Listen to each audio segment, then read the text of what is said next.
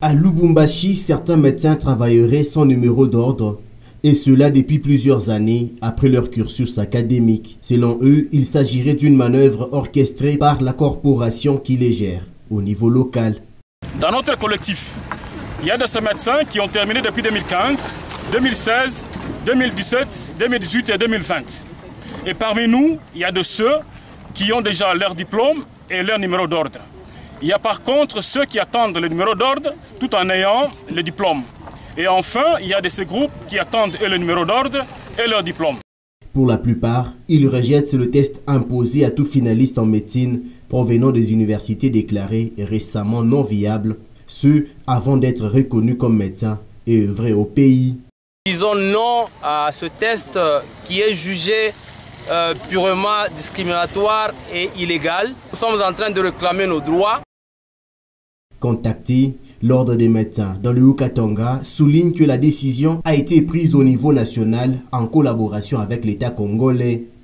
Il s'agit d'une suite de la fermeture des facultés de médecine non viables en République démocratique du Congo, un des points traités au cours des États généraux de l'enseignement organisés dans la ville qui préfère. Selon le docteur Pablo Ngwej, président de l'Ordre des médecins dans le Haut-Katanga, il s'agit des vies humaines, d'où la rigueur qui devrait être mise dans le processus de la formation des médecins. Une population qui souffre déjà à la pourrir encore avec des taxes qui n'ont ni tête ni queue, on ne sait pas là où ça va. Je ne peux que me réjouir de la suppression de cette taxe. D'ailleurs, je suis très content que les députés nationaux, dans le rapport relatif au projet de loi de finances de cette année, de l'année 2022, ils ont inscrit cette taxe de rame. Donc pour moi, je dois me contenter que cette taxe soit supprimée pour toujours. Je ne peux pas payer une taxe où on ne connaît pas où est-ce que ça va. L'argent où on est en train de nous escroquer, c'est ça le terme, je n'ai pas trouvé d'autre terme. L'argent où on est en train de nous escroquer via les réseaux mobiles, ça part où? Qui sont les bénéficiaires? Vous lui demandez de payer une taxe sous prétexte que il y aurait des avantages tels que on va lutter contre le marché de contrefaits. Donc si nous voulons lutter contre les appareils pirates, donc c'est d'abord au niveau de l'importation. Ça c'est d'abord un problème. Et le deuxième problème c'est qu'on nous dit non, ça va aider à instaurer les Wi-Fi, mais depuis que l'on a instauré cette taxe-là, combien d'universités ont bénéficié de ces Wi-Fi-là? Établir un registre des appareils mobiles, c'est pas une mauvaise chose, c'est une bonne chose pour l'État congolais. Mais lorsqu'on doit exiger à la population de payer, c'est là où se pose énormément de problèmes, parce que cette population n'a pas vu son revenu être, ou encore son pouvoir d'achat revu à la hausse. Pius Ilunga et Kazadichima Kinda, ces deux jeunes gens, presque la trentaine d'âge, feraient partie des groupes de ceux qui estorquent de l'argent et d'autres biens aux paisibles citoyens dans quelques coins du centre-ville de Lubumbashi. Et samedi dans la soirée, ils ont été arrêtés sur l'avenue des Usines, précisément au niveau de l'arrêt bus Kipushi, alors qu'ils venaient de voler un téléphone à Richard Ilunga, un habitant de Kipushi qui attendait son bus, et ce, après l'avoir blessé sur le visage pour faire diversion. Ile sa bisi inakuya ilikuwa vide. Mais sauver à ce moment il fallait nifungule nitoke pa fenêtre tu nifungue mwingine. Ile sa eko nafanya ile mouvement hii. Huyu moya huyu wa polo ya jaune huyu. Alikuwa kumkonga kumbele yangu. Huyu wa kumbele deja natosha telefone anapacha mwingine alikuwa na polo ya jaune, telefone deja na tembe.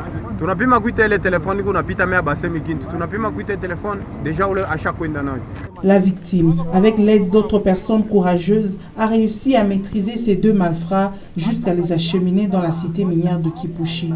De leur côté, ces jeunes rejettent tout en bloc et se font passer pour des laveurs de véhicules et partisans de l'UNAFEC.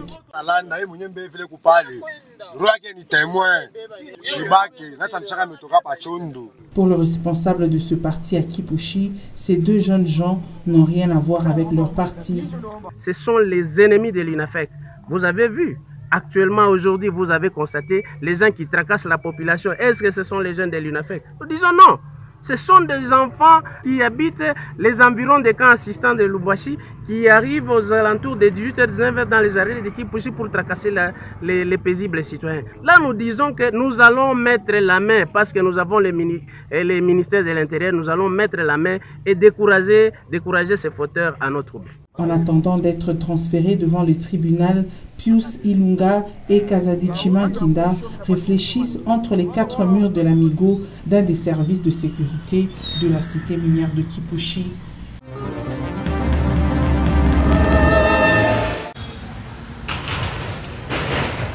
L'absence des garde-fous à ce passage à niveau est l'une des grandes difficultés rencontrées par la population du quartier Don Bosco. C'est surtout les motocyclistes œuvrant dans cette partie de Lubumbashi qui en payent les frais. Selon Marcus Mbayo, un motocycliste, les clients sont obligés de descendre une fois arrivés. Au niveau de ce passage, pour les trains.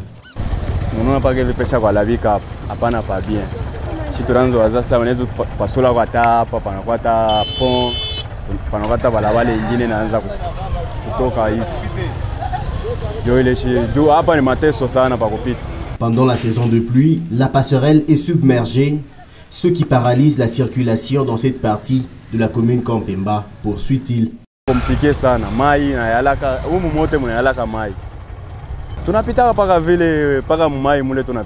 la situation est beaucoup plus difficile pour les élèves qui sont obligés d'emprunter ce passage. Pour rappel, le débordement des eaux à cet endroit serait dû notamment au manque de curage du canal.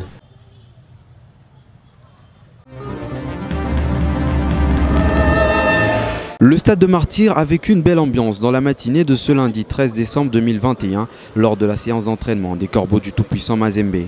Une séance qui débute avec un rythme plutôt moyen avant de monter en intensité. La sérénité et la tranquillité étaient clairement visibles dans l'attitude des joueurs de Franck Dumas. Avant d'affronter la Rangers ce mercredi, le groupe du tout-puissant Mazembe vit bien et ne souffre d'aucune difficulté. Les Noirs et Blancs ont croisé sur leur chemin Nelson Lukong, gardien de l'AS Vita Club. De retrouvailles entre Lukong et quelques joueurs du tout-puissant Mazembe, marqués par des sourires et des accolades. Et il est également à noter que pendant que les joueurs du tout-puissant Mazembe Anglebert sont en train de s'entraîner, les travaux de réhabilitation ici dans l'enceinte du stade de Martyrs de la Pentecôte sont en train de se poursuivre avec entre autres l'installation des lumières ici à l'intérieur du stade de Martyrs de la Pentecôte. Depuis Kinshasa, pour le compte de Nyota Radio et Télévision, Meshak Kayembe et Joël Baniwa.